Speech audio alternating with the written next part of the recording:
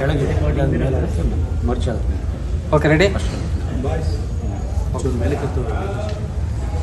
ವಕ್ಫ್ ವಿಚಾರವಾಗಿ ಕರ್ನಾಟಕ ರಾಜ್ಯದಿಂದ ಸುಮಾರು 7ರಿಂದ 10 ಜಿಲ್ಲೆಗಳು ಇವತ್ತು ಪ್ರವಾಸವನ್ನು ಯತ್ನಾಳ್ ಅವರ ನೇತೃತ್ವದಲ್ಲಿ ಮತ್ತು ರಮೇಶ್ ಜಾರಕಿಹೊಳಿ, ಅರವಿಂದ್ ಲಿಂಬಾವಳಿಯವರ ಮಾರ್ಗದರ್ಶನದಲ್ಲಿ ಇದನ್ನು ಮಾಡ್ತಾಯಿದ್ದೀವಿ.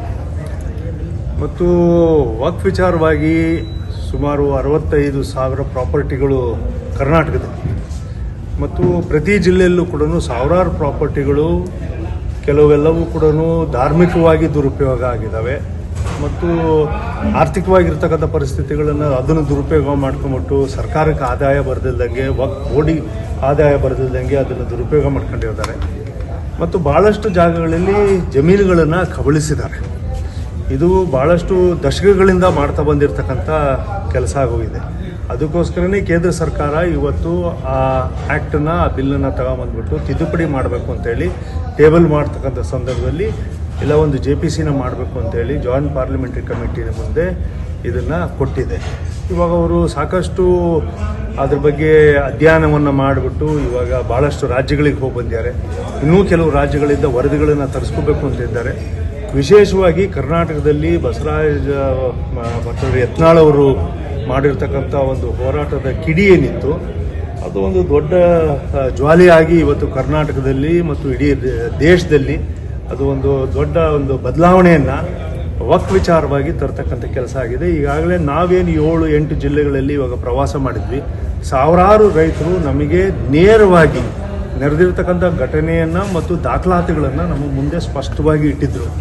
ಆ ದಾಖಲಾತಿಗಳನ್ನು ನಾವು ಇವತ್ತು JPC ಮುಂದೆ ತಂದು ಅದನ್ನು ಸನ್ಮಾನ್ಯ ಜಗದಾಂಬಿಕಾ ಪಾಲ್ ಅವ್ರ ಮುಂದೆ ಅವರು ಸುಮಾರು ನಿನ್ನೆ ನಮ್ಮ ಜೊತೆಗೆ ಇಡೀ ತಂಡದ ಜೊತೆಗೆ 1.5 ಗಂಟೆಗಳ ಕಾಲ ಪೂರ್ಣ ಪ್ರಮಾಣದ ಅಧ್ಯಯನವನ್ನು ನಮಗೆ ಮಾಡಿ ಮತ್ತು ಇವತ್ತು ಅವರ ಆಫೀಸಿಗೆ ನಮ್ಮನ್ನು ಕಳಿಸ್ಕೊಟ್ಬಿಟ್ಟು ಡೆಪ್ಯೂಟಿ ಸೆಕ್ರೆಟರಿ ಮತ್ತು ಅಂಡರ್ ಸೆಕ್ರೆಟರಿಗಳ ಜೊತೆಗೆ ನಮ್ಮನ್ನು ಕೂರಿಸಿ ಇವತ್ತು ಪಾರ್ಲಿಮೆಂಟ್ ಅನೆಕ್ಸಲ್ಲಿ ಇವತ್ತೆಲ್ಲದೂ ಸುಮಾರು ಅಲ್ಲಿ ಒಂದು 2 ಗಂಟೆಗಳ ಕಾಲ ನಾವೆಲ್ಲರೂ ಅದನ್ನು ಮಾಹಿತಿಗಳನ್ನು ಕೊಟ್ಟು ಅವರಿಂದ ಕೆಲವು ಮಾಹಿತಿಗಳನ್ನು ನಾವು ಪಡ್ಕೋಬೇಕಿತ್ತು ಮತ್ತು ಇದನ್ನು ಪೂರ್ಣ ಪ್ರಮಾಣದಲ್ಲಿ JPCಯ ಕಮಿಟಿ ಮುಂದೆ ರೈತರನ್ನು ಮತ್ತು ದಾಖಲಾತಿಗಳನ್ನು ನಾವು ಸಬ್ಮಿಟ್ ಮಾಡಿದ್ದೀವಿ ಅಂತ ಹೇಳಿಬಿಟ್ಟು ಮಾಡಿದ್ದೀವಿ. ಸುಮಾರು ಇವತ್ತು ಸಬ್ಮಿಟ್ ಮಾಡಿರ್ತಕ್ಕಂಥ ಡಾಕ್ಯುಮೆಂಟ್ಸ್ ಪ್ರಕಾರ ಸುಮಾರು 2,500 ಡಾಕ್ಯುಮೆಂಟ್ಸ್ನ ನಾವು ಈಗಾಗಲೇ ಅವ್ರ ಮುಂದೆ ಸಬ್ಮಿಟ್ ಮಾಡಿದ್ದೀವಿ.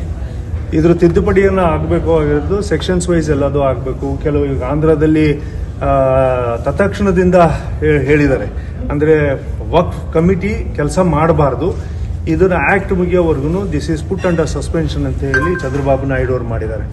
ನಾವು ಅದಕ್ಕೆ ಇವ್ರನ್ನ ಕೇಂದ್ರ ಸರ್ಕಾರವನ್ನು ನಾವು ಒತ್ತಾಯ ಮಾಡ್ತೀವಿ.